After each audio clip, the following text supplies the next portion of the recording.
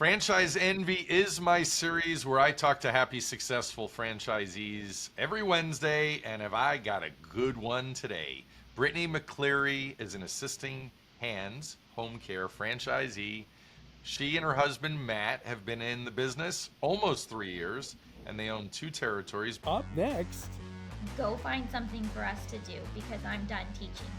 That was literally the conversation we had. And did you ever in your wildest dreams, leaving a teacher's salary, you and Matt, think you'd ever have a $4 million a year business?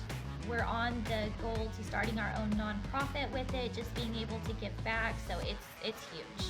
That's phenomenal. Brittany, welcome to the show. Thank you for having me. It is absolutely my pleasure. I'm super excited to have you here. So is this your first business? It is. And how did you get into this? Well, we have a crazy story with that. So I hesitate on it is my first business, but Matt, my husband, has always been looking for ways to make money. A little entrepreneur. Like when we got married, and we got married very young. I was 19 and he was in his early 20s. So 2 years ago? Yeah, exactly. And we just say I was a baby when we got married. With that, but he had gumball machines, like to put, he's getting quarters from people. So always looking for a way to make money. But not the way we started our first 15 years of marriage. We were actually teachers and had really good jobs. Everyone needs a teacher, so we didn't have any risk or anything. But COVID happened, and it did happen in Texas, whether they say it did or not. So we did. So COVID happened. Matt, like I said, Matt had always wanted to own his own business. I came home. I think I had recently had COVID. I was sick again. I was miserable. It changed the school systems. And I said, I don't care what we do. Go find something for us to do because I'm done teaching. That was literally the conversation we had. And so that started our journey. So why home care and why assisting hands? Yeah, so we had no idea what we wanted to do. We just knew we wanted to own our own business. So we started with our Small Business Association in Tarrant County. And they said, well, if you don't know what you want to do, you should talk to a franchise broker. And so from there, we had all of these tests done on us individually. We found out we were very security mindset. So we will take risk. I mean, you have to take risks to be in business, right? But they're very calculated. And she came up with this list of all these different franchises. Of course, a lot of them had to do with children, but we were like, we're done with working with kids. And but we love people. We love people. But obviously you wanted to work with older kids, seniors. Exactly. We're just going in a different direction, one spectrum to the next.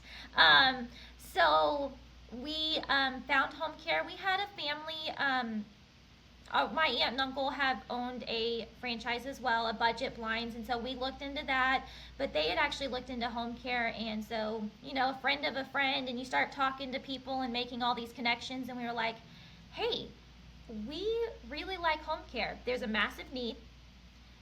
You're loving on people, you're serving people, let's do it. So we interviewed 3 different home care agencies and fell in love with Assisting Hands. What was your all-in investment when you got involved over 3 years ago? Over 3 years, and this is a rough estimate because it's changed a little bit. So just buying into the franchise, you were looking at $40,000 to $50,000, and then plus all your startup costs, we were in about $80,000, which was what they had told us. Right. And you bought one to start, or did you buy 2 right off the bat? One to start, and we actually financed in a kind of a special way that people don't always look at. So we had a special circumstance that our house was paid off because it had been given to us. So we used a HELOC, and that's how we got started with the first territory. And then we gave it a year. We wanted to make sure we knew it would work, and then we bought a second territory. And apparently it's worked very well for you because you're going to do what in revenue this year? We are going to do close to four. We're hoping to surpass. We're going to do close to 4 million. Amazing. And did you ever in your wildest dreams, leaving a teacher's salary, you and Matt, think you'd ever have a $4 million a year business?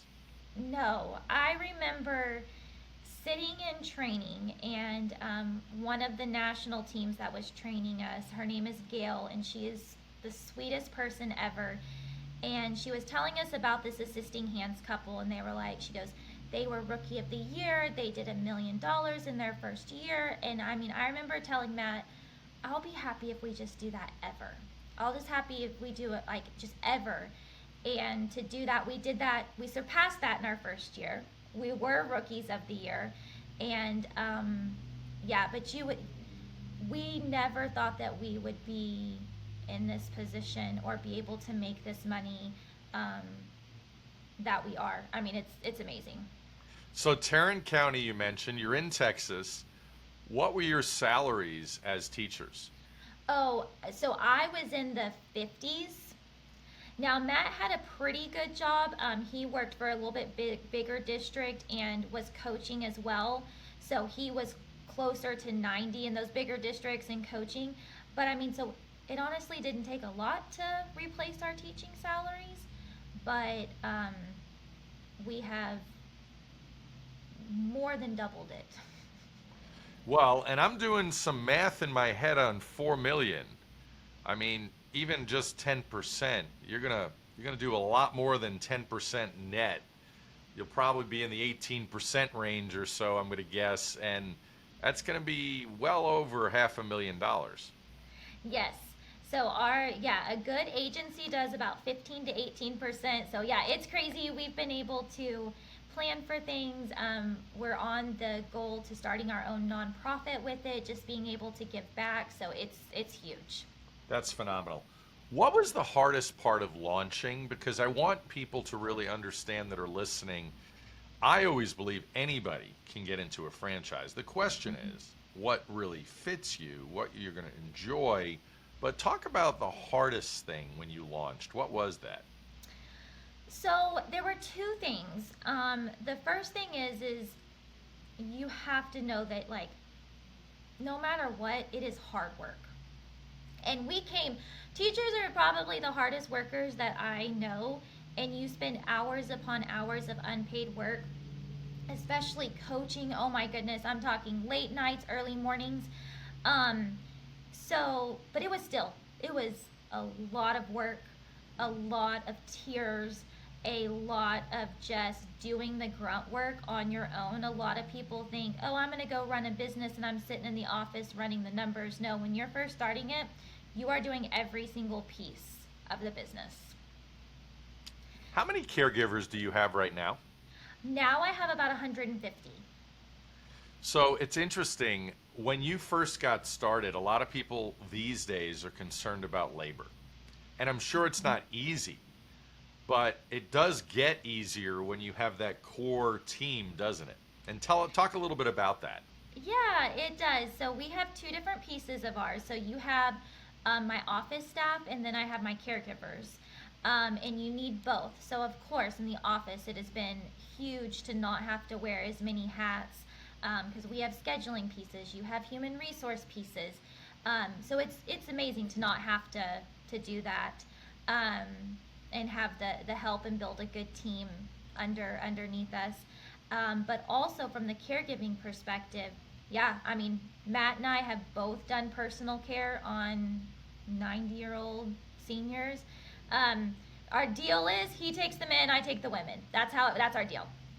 But I'm a horrible overnight caregiver. I do not do good without sleep. So we have done it all, but building those caregivers, and I think that's something I didn't realize. Like I thought, oh, I'm serving seniors. But also, when you're in the service industry, you're serving your employees as well. You're able to give them a steady job. You're able to show them kindness and stability. So that's been a huge ministry to us as well. So why do teachers make such great franchise owners? Oh, this is good. And I am creating my office of all teachers who don't want to teach anymore because the education system is out of control. I've hired two so far, and I'm just building them in. So teachers make the best franchise owners because number one, they love people. Number two, they are hard workers. And let's be honest, teachers are used to living on very little income. So the fact that you're going to tell a teacher, and Matt says it all the time, so, okay, I spent 12 hours in teaching. Nobody cared that you spent 12 hours out of school. But guess what? You pour 12 hours into your own business, you just created more revenue. Amazing. Amazing that you get that return on your investment of time that you never get. And my mom was a teacher. My wife was a teacher. They were both eventually school administrators.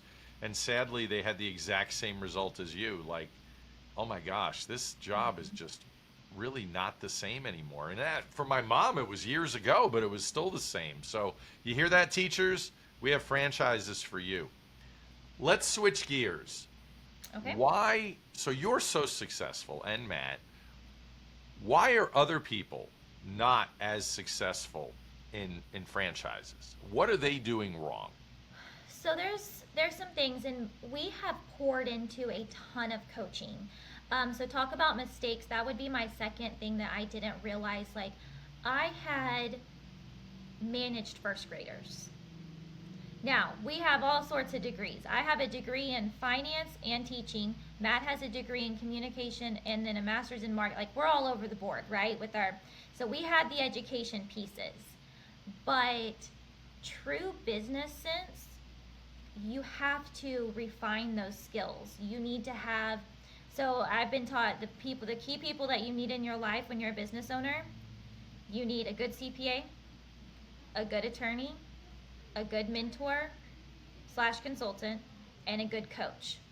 And we have bought into those programs, or like paid the money to make sure that we have that, because you can make all the money in the world. My CPA told us in my first year, he goes, well, you can make money, now let's work on keeping it. Because I had no idea about taxes. I'd never ever seen that much money in my whole life.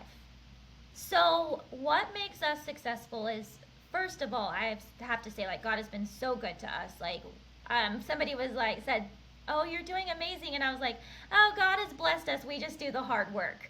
And I think that's kind of like you do. You have to put the work in. You can't just sit back and go, oh, he'll take care of it. But I think a lot of the reasons for our success is we've surrounded ourselves with successful people, and it's always learning. So we have an amazing CPA. We have an amazing attorney. I have a consultant that is made several businesses successful, and so like he's constantly questioning and teaching, and you have to be open with that. And then I'm in a home care mentoring coaching program. So you have to be ready to constantly learn. You cannot be set in your ways. You have to change. If you're staying the same, you're dying. So, I mean, you have to be able to adapt and change. And then the old saying, you need to work on your business and not in it. So many times, owners are really good workers. They're not leaders and entrepreneurs and business owners. And so you have to get out of that mindset of doing the work. So some franchisees that are making the mistakes and they're frustrated and they're not seeing the success are still in the day-to-day business.